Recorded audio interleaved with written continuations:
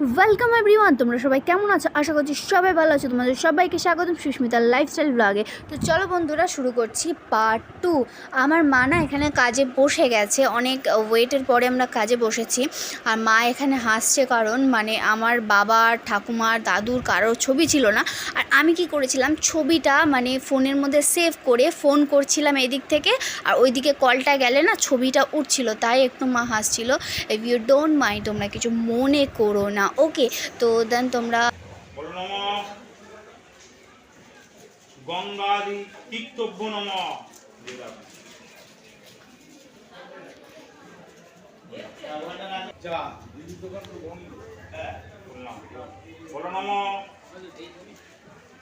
বলো নম সর্বাভ্য দেবীভ্য নম। বলো নম কুরুক্ষেত্র গয়া গঙ্গা প্রভাশ্চ পুষ্করাণী চ বিচ্ছিন্নম তস্যগত ফাল্গুন মাসে কৃষ্ণাপক্ষে অমাবস্যা তীর্থ স্বর্গীয় তীর্থ গোত্র কি? তো এখন চলছে পিণ্ডদানের পালা। আর ভিডিওটা অনেকটা স্কিপ করেছি, কেননা অনেকটা লেন্থি হয়ে যেত। কাজটা হয়েছে আমাদের 2.5 ঘন্টা ধরে। 3টে কাজ ছিল পরপর, একটা আমার বাবার, একটা আমার দাদুর, একটা আমার ঠাকুমার। তো এর জন্য অনেকটা লেট হয়েছিল। আর ভিডিওটা মোস্ট কিছু পার্ট আমি তোমাদের সাথে শেয়ার করলাম, বেশিটুকু শেয়ার করতে পারলাম না, কিছু মনে করো না।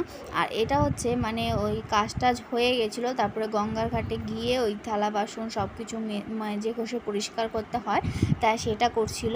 আর মা কী করছিল, তোমার ওইগুলোই কাজ করছিল। আর এই যে দেখতে পাচ্ছ না, ওই কাকিমাটা জল ছেঁচছে। আমি জাস্ট প্রথমবার গঙ্গার ঘাটে গিয়ে এই জিনিসটা দেখে অবাক হয়ে গেলাম।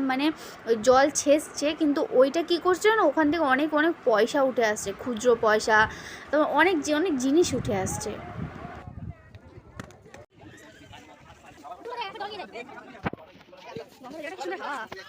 ওখানে অনেক ভলিউম, তাই আমি কথাটা বলছি। আর বাবার কাজ এখন সম্পূর্ণ হলো, 3টে কাজ সম্পূর্ণ হলো। আর আমার ভাইয়ের জন্য দাঁড়িয়ে অনেকটা পরিমাণে লেট হয়ে গেছিলো। তো দেন এবার মহারাজের দেখা পাওয়া গেল। বাবার কাজ শেষ, আর দেন তখনই এসছে, পিণ্ডদান করে সবই করছে, তাই তখন এসছে। আর আমার দিদা কিছু কেনাকাটি করলো। কিছু কেনাকাটি বলতে তেমন কিছু না, একটু খড়িমাটি কিনলো। আর খাবারের মেনুতে ছিল ভাত, ডাল, বেগুন ভাজা, বেগুন ভাজা শুধু না, 5 রকমের ভাজা আর মাছের ঝোল। সময় ওই যে বলে না, সময় কারোর জন্য থেমে থাকে না। তো এখন বাজে 5:30টার মতো। তো বাবাকে ভাত বাড়ানোর জন্য আমরা সকালে মা আর আমি গিয়ে লিপে এসেছিলাম। আর এই যে আমি মাকে আঁচল ধরে আছি, একা ছাড়তে নেই। তারপরে এই যে দেখো, অনেক দিন পরে যেহেতু মা কাজটা করছে না, 3জন রেডি হয়ে বসেছিল। এই মোমেন্টটা আমার খুব কষ্ট লাগছিল, খুব খারাপ লাগছিল, কিন্তু কি করব, পরিস্থিতি এরকম হয়ে যায়, আর কিছু বলার নেই। তো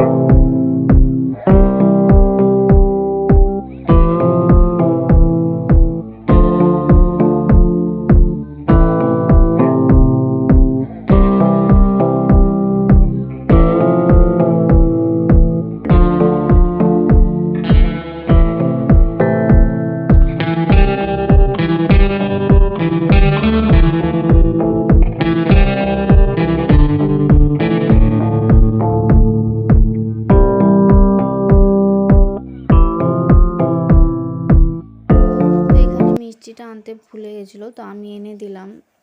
বোঝোই তো, এত টেনশন, এত চাপে কারোর আর মনেই থাকেনি।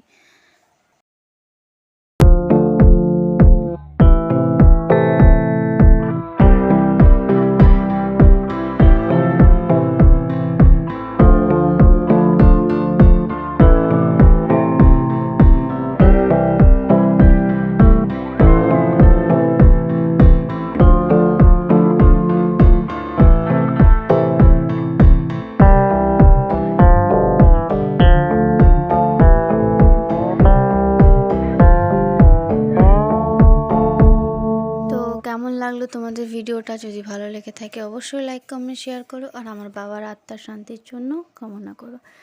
তো টাটা।